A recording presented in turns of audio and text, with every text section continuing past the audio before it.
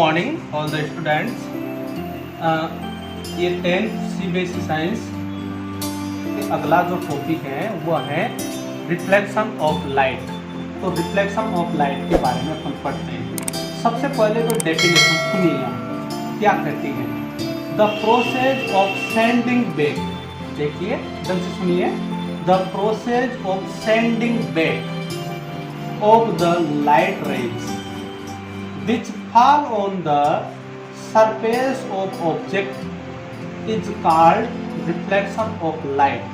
ठीक है ना, मतलब कोई भी ऑब्जेक्ट है, उस ऑब्जेक्ट की सरफेस पर जब लाइट रेज गिरती हैं, ठीक है ना, तो उसका क्या होना, टकरा करके सेंडिंग बैक होना, वापस लौट जाना।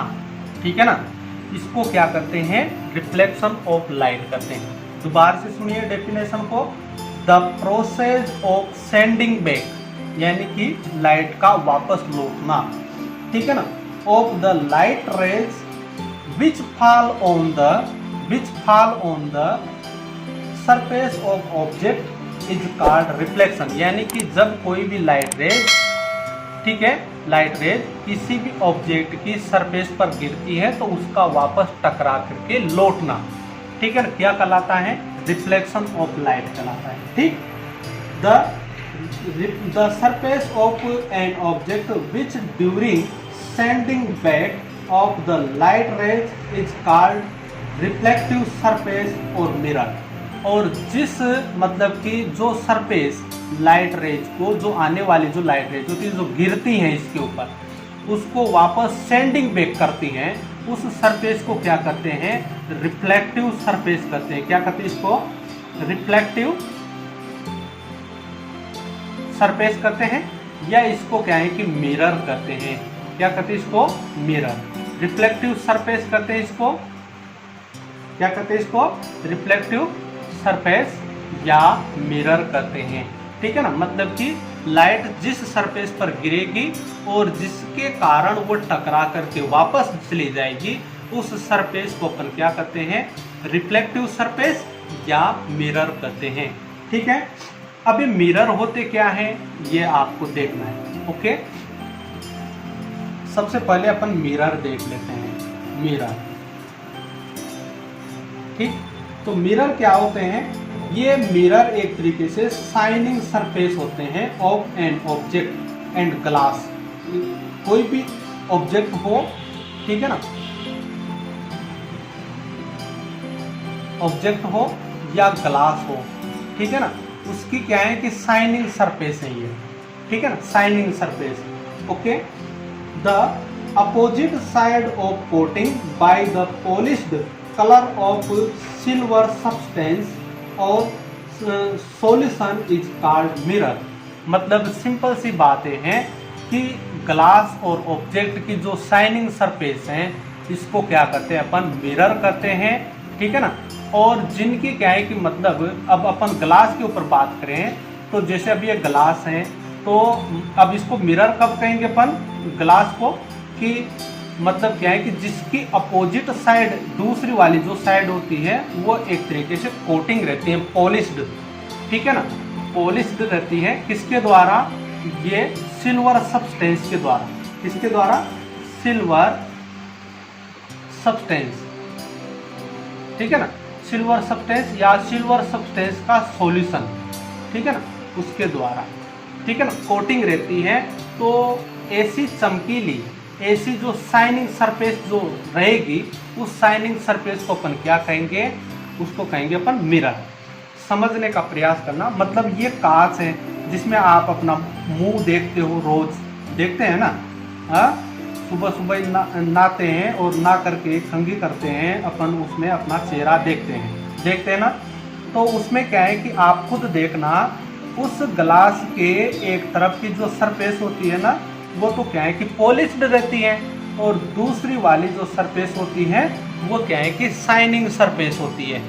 ठीक है ना, तो ऐसे ग्लास जिनकी क्या है कि अपोजिट साइड, यानी कि पीछे की साइड तो सिल्वर सब्सटेंस या सिल्वर सब्सटेंस के सॉल्यूशन से पॉलिश्ड रहती हैं, और एक जो क्या है कि मतलब कि सामने की जो सरफेस होती है वो शाइनिंग सरफेस होती है, तो ऐसी रिफ्लेक्टिव सरफेस को क्या करते हैं, मिरर कहते हैं। ठीक है ना, आगे बात समझ में, इसमें कोई दिक्कत नहीं। तो आपको इस बात का ध्यान रखना है कि मिरर जो होते हैं, ग्लास से जो मिरर बनाए जाते हैं, उन मिरर में अपोजिट साइड में किसकी कोटिंग होती है, तो किसकी कोटिंग रहती है, सिल्वर सब्सटेंस होगी। अब ये सिल्वर सब्सटेंस कुछ भी हो सकते हैं, जैसे AgNO3 हो सकता है, ठीक है ना। आगे बात सुन, सिल्वर नाइट्रेट, ठीक है ना, Ag क्लोराइड हो सकता है, यानी कि सॉरी ये सिल्वर क्लोराइड हो सकता है, ठीक है ना। तो इनके सॉल्यूशन की कोटिंग होगी, ठीक है ना, क्योंकि जो सिल्वर होती है ना, इस सिल्वर में क्या है कि इसके पार्टिकलों में एक तरीके से लाइट को रिफ्लेक्ट करने की ज़्यादा कैपेसिटी होती है। इस वजह से क्या है कि मतलब ये लाइट को ज़्यादा से ज़्यादा रिफ्लेक्ट करती है, इस वजह से इसके ही सब्सटेंसों की कोटिंग की जाती है ना। आगे बात समझ में, ओके, ये तो मिरर हो गए। तो मिरर में भी आप क्या है कि फिर और तुबले आप अपने हिसाब से पढ़ते रहिए, जितना सा आपसे पूछा जाता है 10th क्लास में, ठीक है ना, उसके हिसाब से बता रहा हूँ। आप एक बात को ये समझ लीजिए, क्योंकि पहले क्या है कि मतलब 2017 से पहले मतलब क्या है कि जो पेपर हुआ करते थे ना, वो ऐसे फर्स्ट और ऐसे सेकंड हुआ करते थे CBSE में, ठीक है ना। और दोनों में क्या है कि हाफ कोर्स आता था, ठीक है, हाफ कोर्स आता था। इस वजह से उस टाइम के जो पेपर हैं वो अलग तरीके से बनते थे, उनका पैटर्न अलग था। मगर अब क्या है कि आपके जो 16 पूरे जो चैप्टर है ना, वो एनुअल एग्जाम में पूरे के पूरे आते हैं। तो अब एनुअल एग्जाम में जब पूरे के पूरे आते हैं, तो अब यहाँ पर पैटर्न भी चेंज हुआ है, ठीक है ना, मतलब क्वेश्चन आने का पैटर्न। तो आप मतलब कि इतने डीप में ना जाएं, ठीक है ना, जितना मैं बता रहा हूँ उनको आप पढ़ दें, उनको ढंग से समझें, बस इतना सा है। वहाँ से ही क्वेश्चन पूछेगा, ये मेरी गारंटी है, ठीक है। अब अपन रिफ्लेक्शन ऑफ लाइट के बारे में और ज़्यादा बात करते हैं, ठीक है। तो रिफ्लेक्शन ऑफ लाइट के बारे में मतलब कि टॉपिक है आपकी ये, द प्रोसेस ऑफ रिफ्लेक्शन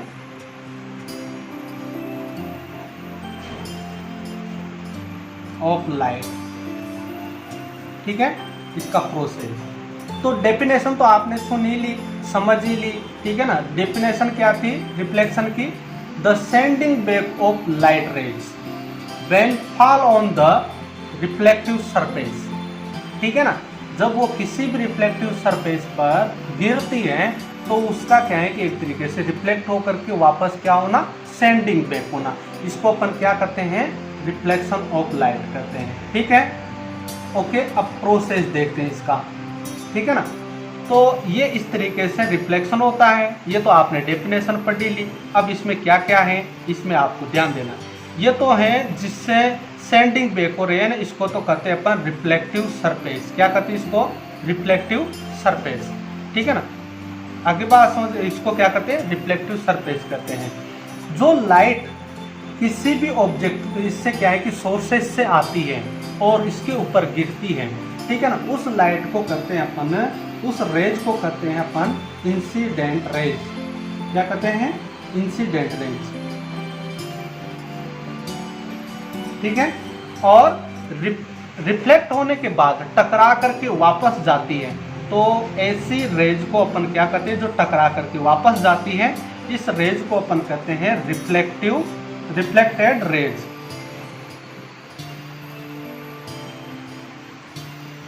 क्या कहते हैं इसको, रिफ्लेक्टेड रेज, ठीक है, ओके। तो ये दो रेज हैं, मतलब कि इंसिडेंट रेज एक तो आने वाली, एक टकरा करके वापस जाने वाली, रिफ्लेक्टेड रेज कहलाएगी, ठीक है। अब ये जिस पॉइंट पर एक दूसरे मतलब कि रिफ्लेक्ट होती हैं, उसको कहते हैं इंसिडेंट पॉइंट। क्या कहते हैं इसको, ये ओ से रिप्रेजेंट कर दिया मैंने, ठीक है ना। मान लीजिए कि ये ए लिख देता हूँ यहाँ पर, ये बी लिख देता हूँ, तो ए ओ तो क्या है, इंसिडेंट रेज, ए बी, ये ओ बी क्या है, रिफ्लेक्टेड रेज, ठीक है ना, ओके, ये तो AO तो इंसिडेंट रेज और OB जो है ये है रिफ्लेक्टेड रेज। ठीक है, आगे बात समझ। और इस O को क्या कहेंगे, ये जहाँ पर जिस पॉइंट पर ये मतलब कि रिफ्लेक्ट हो रही है उस पॉइंट पर टकरा करके जहाँ से रिफ्लेक्ट हो रही है लाइट रेज, तो इसको कहते हैं अपन इंसिडेंट पॉइंट। इंसिडेंट पॉइंट क्या कहते हैं, इसको इंसिडेंट पॉइंट कहते हैं। ठीक है ना, इस इंसिडेंट पॉइंट से मतलब क्या है कि इस तरीके से एक मतलब क्या है कि वर्टिकल 90 डिग्री के एंगल पर, ठीक है ना, इस इंसिडेंट पॉइंट से होकर के एक सीधी लाइन अपन डालें। ठीक है ना, ये क्या है कि इमेजिनरी लाइन है। ठीक है ना, ये मतलब कि अपन खुद रिप्रेजेंट करते हैं, ये बनती नहीं है, ये इमेजिनरी लाइन होती है। ठीक है ना, काल्पनिक लाइन होती है। इस काल्पनिक लाइन को कहते हैं नॉर्मल। क्या कहते हैं, नॉर्मल। क्या कहते हैं, इसको नॉर्मल कहते हैं। ठीक है ना, ओके, ये इसको अपन रिफ्लेक्टिव सरफेस कहेंगे या इसको क्या कहेंगे अपन, मिरर कहेंगे। क्या कहेंगे इसको, रिफ्लेक्टिव सरफेस या मिरर। ठीक है ना, यहाँ पर ये मिरर भी लिख देता हूँ। ठीक है, रिफ्लेक्टिव सरफेस या मिरर कहते हैं। इसको रिप्रेजेंट करते हैं अपन M और M डैश से। किससे रिप्रेजेंट करते हैं, M एंड M डैश से। ठीक है ना, तो ये इसका पूरा डायग्राम है। ठीक, तो अब इसमें देखिए, we now that the process of sending back of the light rays which fall on the reflective surface is called reflection of light. ये तो आप जानते ही हैं। ठीक है ना, अब जो M एंड M डैश होती है ना, M and M dash is a plane mirror reflected surface. ठीक है ना, इन द डायग्राम, इस डायग्राम के अंदर ये क्या है कि रिफ्लेक्टेड सरफेस है। The rays of light which fall on the reflected surface is called incident rays. ये AO। ठीक है ना, मतलब कि जो लाइट रेज इस रिफ्लेक्टेड सरफेस पर गिरती है उसको अपन क्या कहते हैं, इंसिडेंट रेज कहते हैं। ठीक है ना, ओके, इंसिडेंट रेज कहते हैं। और आगे देखिए, and the point at of the reflected surface which the incident rays fall is called point of incident। मतलब कि जिस पर जो इंसिडेंट रेज गिरती है और जहाँ से रिफ्लेक्ट होती है, ठीक है ना, उसको क्या कहते हैं अपन, इंसिडेंट पॉइंट कहते हैं। क्या कहते हैं इसको, incident point. The rays of light which reflected by the reflected surface is called reflected rays OB। ठीक है ना, इज रिफ्लेक्टेड रेज, मतलब कि जब यहाँ पर गिरती है और जो लाइट रिफ्लेक्ट होती है इस रिफ्लेक्टेड सरफेस से टकरा कर रिफ्लेक्ट होती है, इसको कहते हैं अपन रिफ्लेक्टेड रेज। ठीक है ना, द नॉर्मल के बारे में बात कर रहे हैं, नॉर्मल। ठीक है ना, the normal is a imaginary line which is perpendicular to the reflected surface which through the point of incident। यानी कि जो नॉर्मल है ये एक तरीके से इमेजिनरी लाइन है, जो क्या है कि मतलब इमेजिनरी लाइन है जो इंसिडेंट पॉइंट से होकर के गुजरती है इसके परपेंडिकुलर, किसके, रिफ्लेक्टेड सरफेस के। ठीक है ना, इसको क्या कहते हैं अपन, नॉर्मल कहते हैं। ओके, ये तो इनके बारे में बात हुई। अब अपन एंगल के बारे में बात कर लेते हैं। ये यहाँ पर नॉर्मल और क्या है कि नॉर्मल और ये इंसिडेंट रेज किसी न किसी एंगल पर तो आएगी ना, तो उस एंगल को नॉर्मल और उस इंसिडेंट रेज के बीच, एक तो एंगल उसके बीच होगा और एक एंगल रिफ्लेक्टेड रेज और क्या है कि नॉर्मल के बीच होगा। तो मतलब इन दोनों के बीच में जो एंगल होता है इसको अपन करते हैं I से लिखते हैं। किससे लिखते हैं, I से। ठीक है ना, और इसको लिखते हैं अपन एंगल R से। किससे लिखते हैं, R से। एंगल I का मतलब क्या है, एंगल I का मतलब क्या है, एंगल ऑफ इंसिडेंस। ठीक है ना, इंसिडेंस मतलब कि इंसिडेंट जो रेज है वो किस एंगल पर आ रही है। ठीक है ना। तो इसका मतलब क्या होता है, आई का मतलब इंसिडेंस, ठीक है ना। तो लाइट मतलब कि एंगल ऑफ इंसिडेंट को चाहे इंसिडेंस को, कोई दिक्कत नहीं है, ठीक है ना। इसको कहेंगे अपन रिफ्लेक्ट एंगल ऑफ रिफ्लेक्शन, ठीक है, sorry reflection, angle of reflection, ठीक है ना। मतलब कि जिस एंगल पर रिफ्लेक्शन हो रहा है, ठीक है ना, इसको अपन रिफ्लेक्शन एंगल कहते हैं, ठीक है। ओके, ये दो एंगल हैं, ये दोनों, तो ये एंगल भी हो गए और ये इंसिडेंट रेज और क्या है कि रिफ्लेक्टेड रेज भी हो गए। ये डायग्राम हो गया। तो आपने इस डायग्राम के बारे में पूरी बातें देख ली, समझ में आ गया होगा, कोई दिक्कत नहीं है। ओके, ठीक, अपन अब आगे चलते हैं। तो ये तो रिफ्लेक्शन प्रोसेस हो गया, ठीक है ना, लाइट का रिफ्लेक्शन का प्रोसेस, ठीक। अब अगला जो टॉपिक है वह है law of reflection.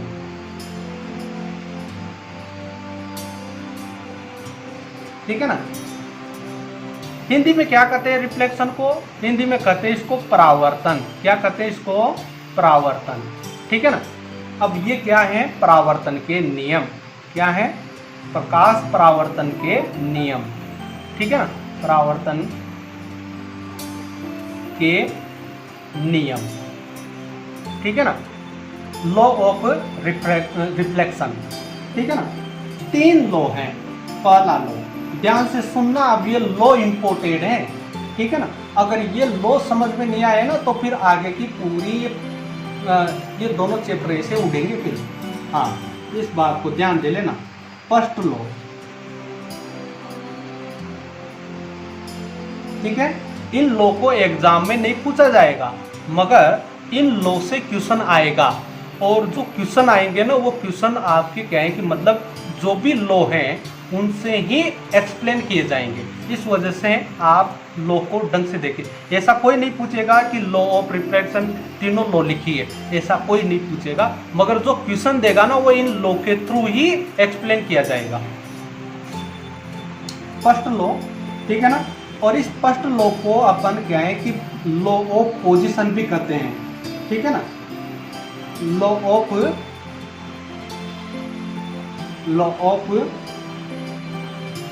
Position of light rays, ठीक है ना, ये भी कहते हैं इसको। लाइट ऑफ लाइट रेज लिखो, कोई मतलब नहीं है, आप यहाँ तक ही लिख करके रह जाओ। बोले लॉ ऑफ पोजीशन भी कहते हैं, मतलब कि एक तरीके से पोजीशन बताने का काम करता है। फर्स्ट लॉ क्या बताता है, ये क्या कहता है, ये कहता है कि रिफ्लेक्शन जो होता है ना, उस रिफ्लेक्शन में इंसिडेंट रेज, ठीक, रिफ्लेक्टेड रेज, ओके, ये और ये नॉर्मल जो इमेजिनरी लाइन है, तीनों जो लाइन है, यानी कि इंसिडेंट रेज, रिफ्लेक्टेड रेज और नॉर्मल, ये जो तीनों लाइनें हैं, ये तीनों लाइनें एक ही कॉमन पॉइंट पर स्टैंड होती है, मतलब कि एक ही कॉमन पॉइंट पर ली यानी कि रहती है, ठीक है ना। आगे बात समझ में। तो इसको पोजीशन नियम भी, लॉ ऑफ पोजीशन भी कहते हैं। ये लॉ क्या कहता है कि incident rays, reflected raise, normal एक ही पॉइंट पर स्टैंड रहते हैं, एक ही पॉइंट पर स्थित रहते हैं, ठीक है ना। देखो, according to the first law of reflection of light, the incident rays, reflected rays and normal all lie on the same point at same point of the surface, यानी कि सरफेस के एक ही सेम पॉइंट पर ये क्या होते हैं, स्थित रहते हैं, ठीक है, तीनों। ओके, ये तो पहला नियम है और आपने डायग्राम में देखा भी था ना, और यहाँ पर भी देख रहे हैं, तीनों एक ही पॉइंट पर स्थित रहते हैं, ठीक। अगला देखो, सेकंड लॉ क्या है। सेकंड लॉ देखो,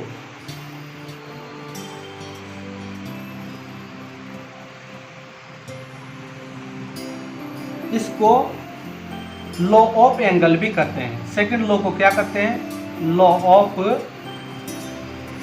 एंगल, यानी कि कोण नियम, कोण नियम, ठीक है ना, लॉ ऑफ एंगल भी कहते हैं।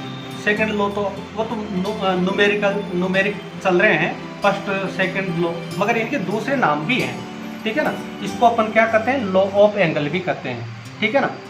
लॉ ऑफ एंगल ये क्या कहता है कि मतलब जो आपने रिफ्रैक्शन का अभी डायग्राम देखा इस तरीके से, ठीक है ना, ये नॉर्मल थी, तो इन दोनों के बीच में यहाँ पर एंगल बनेगा आई और आर, ठीक है ना। तो ये दूसरा लॉ ये कहता है एंगल लॉ कि रिफ्लेक्शन में जो दोनों एंगल हैं, ठीक है ना, ये दोनों एंगल हमेशा क्या होते हैं, बराबर होते हैं। क्या होते हैं, बराबर, इक्वल होते हैं, ठीक है ना। मतलब कि अगर लाइट रेज नॉर्मल के विद 45 डिग्री के कोण पर आ रही है, ठीक है ना, तो सेंडिंग बैक भी वो नॉर्मल के विद 45 डिग्री पर ही होगी।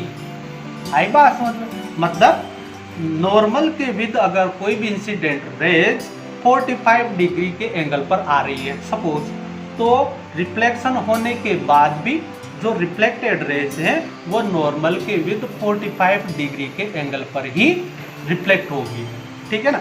यानी कि ये दोनों एंगल आई एंड आर दोनों क्या होते हैं, इक्वल होते हैं एक दूसरे के, ठीक। ये दूसरा लॉ है, तो सुनिए इसको। According to its law the angle of reflection यानी कि आर, ठीक है ना, is always becomes equal to the angle of incident, यानी कि एंगल ऑफ इंसिडेंट की क्या होगा, बराबर होता है, यानी कि एक दूसरे के दोनों क्या होते हैं, बराबर होते हैं। तो ये है एक सेकंड लॉ जिसको अपन लॉ ऑफ एंगल भी कह रहे हैं। अब थर्ड लॉ, ठीक है, थर्ड लॉ क्या है, तीसरा लॉ, इसको अपन जीरो लॉ भी करते हैं। क्या कहते हैं इसको, जीरो लॉ भी कहते हैं, शून्य नियम,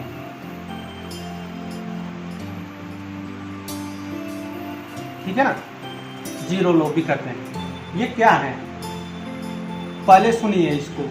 according to its law when a rays of light fall on the reflected surface with normal or parallel of the normal, then the reflect along the same path without make any other angle, ठीक।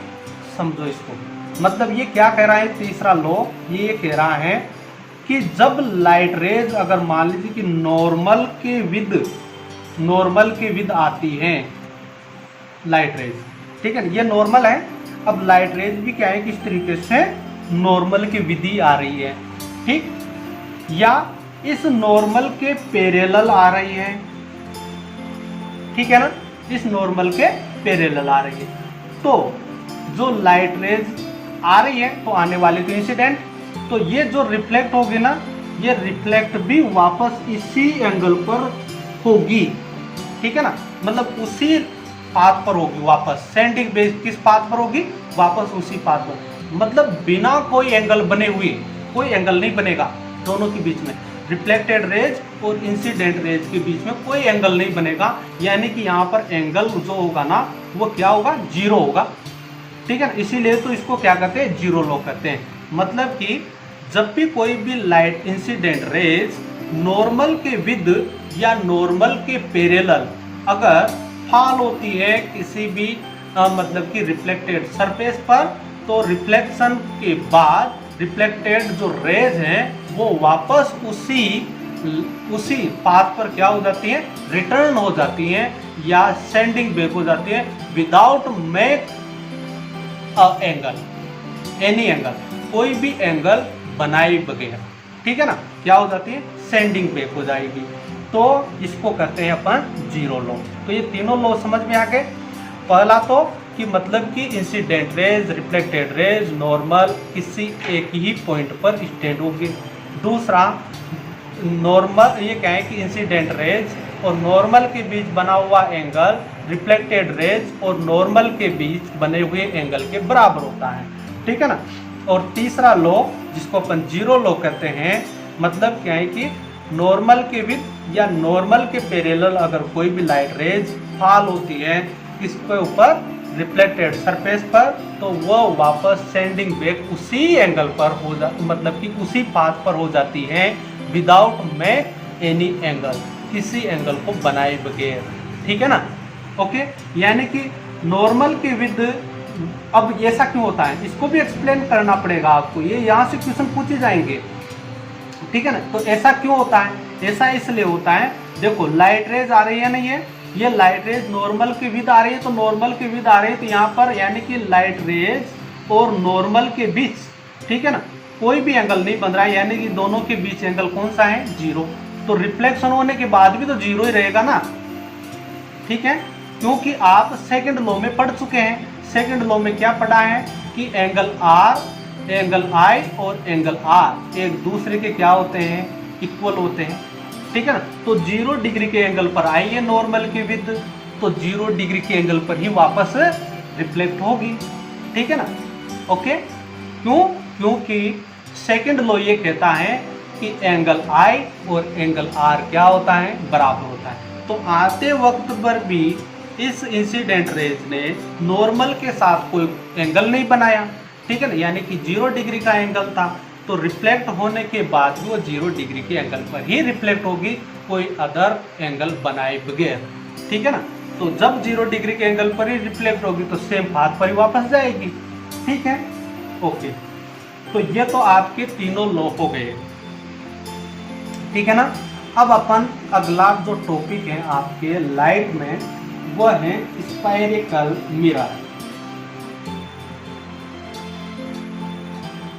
Spherical mirror,